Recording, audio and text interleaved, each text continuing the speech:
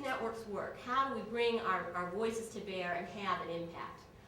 Well, one way is through information politics. The ability to quickly and credibly generate politically useful information and use it where it will have the most impact. Telling those credible stories of the human impact, putting the human face on political problems.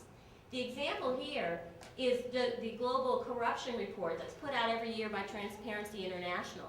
This NGO, by simply making a list each year of the most corrupt governments in the world, has had a huge impact on lessening corruption, because no government wants to be on that list. Nobody wants to scare off investors. By simply putting the information out there in a credible way in the public sphere, they have changed the framework of corruption. And again, they were told that's dead on arrival. Governments don't really want to end corruption because they're the ones doing it. But again, they found a way to reframe the political space, and simply by bringing that information out there to change it. The other way is symbolic politics, and this is something that Religious Voice is particularly good at. The ability to call upon symbols, actions, or stories that can make sense of a situation for an audience that may often feel the problem is far from them, or remote. And you can do this in reframing. A great example is the Drop the Debt campaign, the International Debt Forgiveness campaign. Again, the Jubilee folks were told this is impossible, this mission is dead on arrival. Debt is an issue that is abstract, it's remote, you can't understand it. It's for the bankers and the bureaucrats to unravel. People don't care. But by reframing it, that this is not a technical, banker, bureaucratic issue. This is a human problem that as people of faith, we have a religious obligation to help the needy among us. And we have a religious obligation that's not based on charity, but on justice. They were able to reframe that political space. Liberals and conservatives alike recognized those symbols, that language, that story, and now there was more debt relief in the last 7 years than in previous decades. Again, because of this ability to reframe the space. Leverage politics, and that's what we are all here doing today. We're here to speak on behalf of weaker network members, people who have no voice in our own communities. We're standing up to try to be that voice. But we can also extend that by celebrity advocates or others, ways to extend the way you can get your message out there into the public sphere and have stronger network actors act and speak on behalf of weaker network members. And accountability politics is a wonderful way. That's often just holding actors accountable for what they've already said they will do. The whole anti-human trafficking movement, slavery is already illegal everywhere. So the whole object is simply holding governments accountable to what they've already said they will do, to enforcing their own laws that are on the books.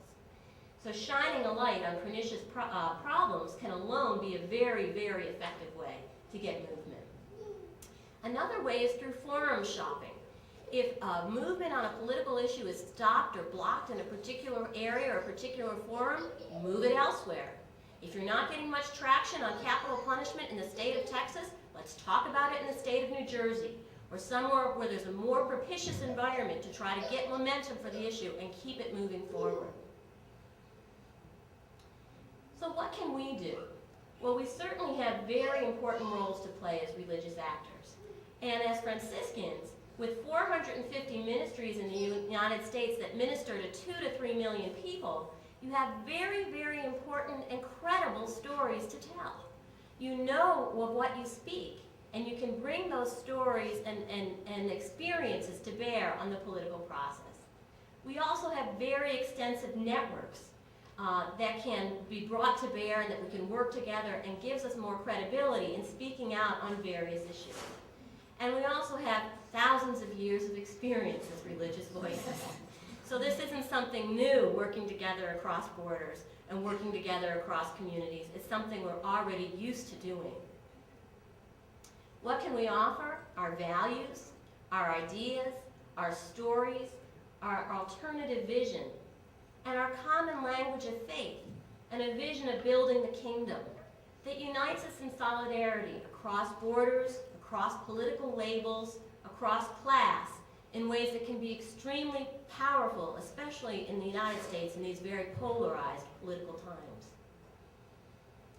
But we also have special responsibilities. Our location in the United States, where the main tools and organs of power are. Not only is the United States government the main superpower in the world today, but all of the main organs of the international organizations are here. The United Nations, the IMF, the World Bank, they are all headquartered here on our home turf.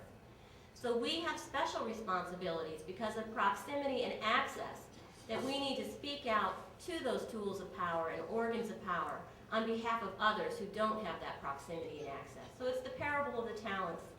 To whom much is given, much is expected. So we do have special responsibilities. But I will warn you, if there's one challenge point that I'll give you, it's this, that this type of work will challenge you in ways that you may not have expected. For me, that challenge is it's really putting the rubber where the road meets in my faith.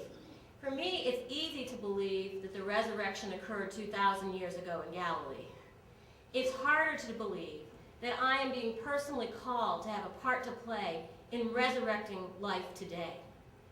The incarnational role that we're called to. Do we really believe that we are God's presence here on earth? That we are called to play that role in creating God's kingdom here on earth? Sometimes that's a lot harder to believe, that God can use this pregnant, tired woman to do anything. And I think we often feel that way ourselves. How can little old us have anything important to add or say or do? And that's the challenge. Do we really believe that? Do we really believe that we are called to be an Easter people and that nothing will be impossible for God? That's the challenge.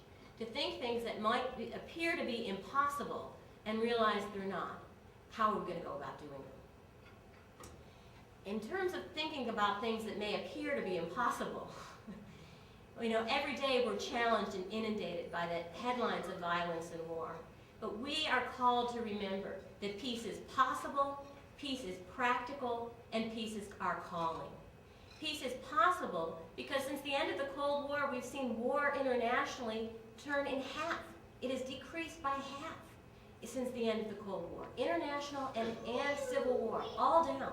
You wouldn't necessarily realize that to be looking at the headlines. And why is that happening? It's happening because of the advocacy and work of peace builders around the world, the effective work of peace building.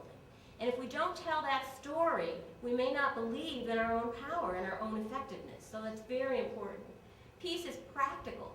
War is very impractical. It's very impractical to be spending $600 billion a year on the U.S. military. It's very impractical to be spending more than half of the world's total of military expenditures by one country. It's very impractical that we've spent almost $1 trillion already on the wars in Iraq and Afghanistan, and we wonder why our economy is slowing down. Okay, that's not very practical. But we have to remember that peace is practical. It allows commerce to go forward, education to go forward, healthcare to go forward, life to go forward. And it's not only practical and possible, it's our calling. It's what we are called by our faith to do, here and now. So the challenge for us is to think these impossible thoughts. As it's said in Alice in Wonderland by the White Queen, to think 6 impossible thoughts before breakfast, and after breakfast to do them, because nothing is impossible with God. So thank you for your time. And I wish you the best of luck as you go forward in starting and doing impossible things in the Franciscan.